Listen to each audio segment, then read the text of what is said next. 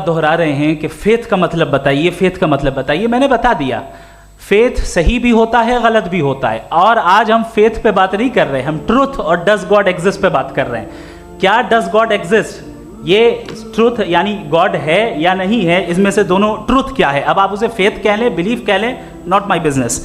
उसके बाद आपने कहा कि भाई सवाल करने से मजहब रोकता है।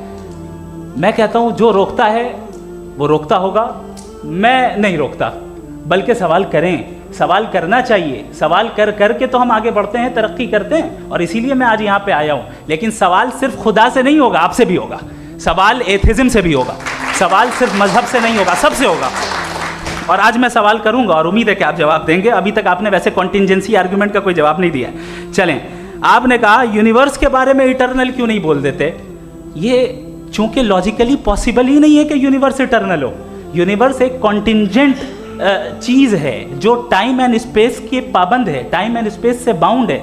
जो टाइम एंड स्पेस से बाउंड होगा वो कॉन्टिंजेंट होगा, जो कॉन्टिंजेंट होगा वो उसकी बिगिनिंग हुई होगी, जिसकी बिगिनिंग हुई होगी वो इटर्नल नहीं हो सकता। ये तो कॉमन सी बात है।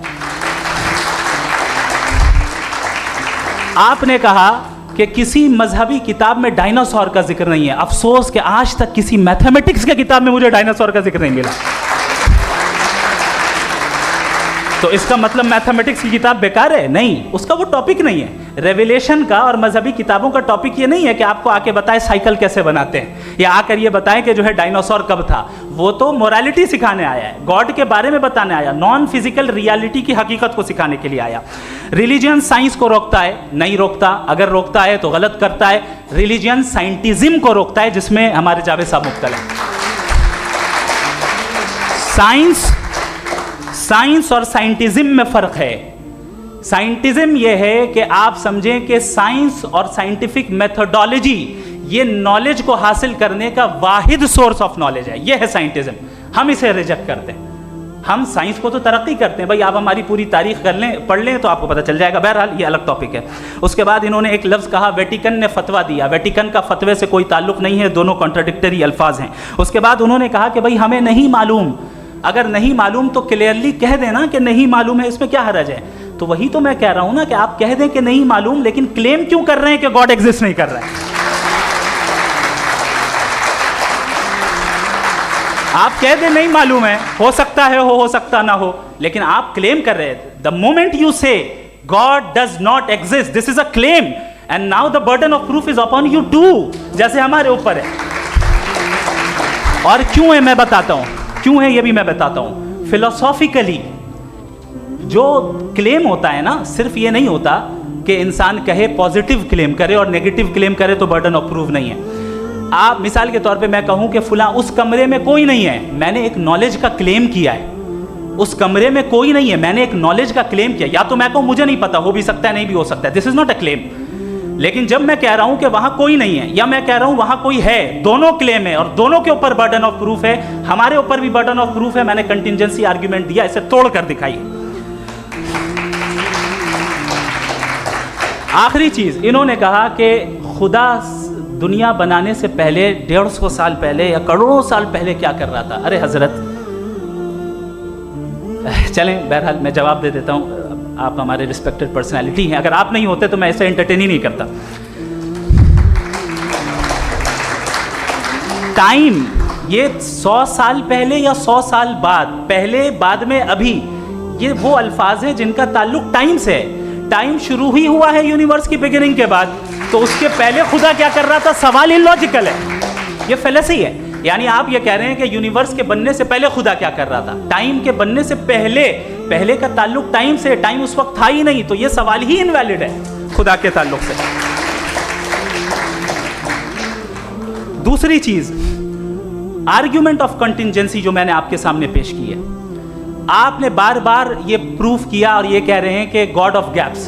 देखिए, पहले नहीं मालूम था, साइंस ने कर दिया। सिंपल की मिसाल से मैं समझा देता हूं। जिस गैप्स की आप बात कर रहे हैं ना, साइंस उन गैप्स को जिन चीज के जरिए भी प्रूव करेगा वो कॉन्टिंजेंट ही होगा। अब चाहे वो फोर्स हो, मैटर हो या एनर्जी हो।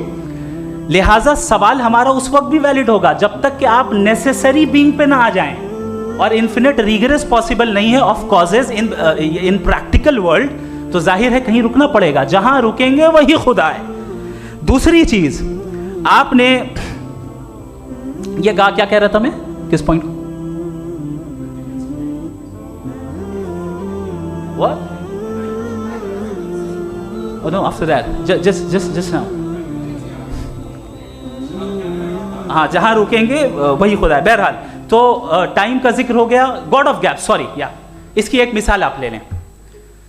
एक कार है, एक साहब ने देखा कि भाई कार जो है उसके व्हील्स कितने अच्छे लगे हुए हैं सही जगह पे, स्टीयरिंग जो है कितने अच्छे जगह पे लगी हुई, और सीट्स कितने वेल डिजाइंड है, कितनी प्रिसाइजली ये कार काम कर रही है, तो जरूर कोई ना कोई इसे क्रिएट किया है, किसी ने क्रिएट किया है। अब जावेद साहब आए और कहे अरे जनाब बोनेट खोलिए, इसमें इंजन है, इंजन इस कार को चला रहा है, hence prove no one has created the car. This is illogical, this is irrational.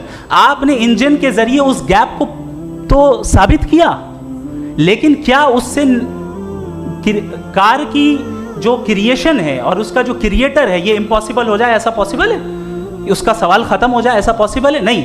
आपने गैप्स को फिल करके, कॉन्टिंजेंट चीज़ों से गैप्स को फिल करके हमारे ऑब्जर्वेशन को और ब्रॉड कर दिया। अब हमें और पता चल गया कि ये जो कार है इसका सिस्टम कितना ज़्यादा कॉम्प्लेक्स है। पहले कम समझते थे, अब कॉम्प्लेक्सिटी और ज़्यादा वाजे हो गई। अब हमें समझ में आ रहा है कि हमारी सर्टेनिटी और बढ़ गई कि ज़रूर इस कार को किसी ना किसी ने बनाया। यही मामला यूनिवर्स का है। साइंस हमेशा फिजिकल वर्ल्ड की चीज़ों को ही फिल करती जाएगी और फिजिकल चीज़ों से ही करती जाएगी, चूंकि एम्पेरिकल एविडेंस का ताल्लुक फिजिकल वर्ल्ड से है। आप साइंस के जरिए मेटाफिजिकल रियलिटी को कभी साबित नहीं कर सकते। ये रॉन्ग टूल का इस्तेमाल करना है। ये वही काम है कि आप मेटल डिटेक्टर से प्लास्टिक डिटेक्टर करने चलें, जो कि जाहिर है सही नहीं है। Thank you.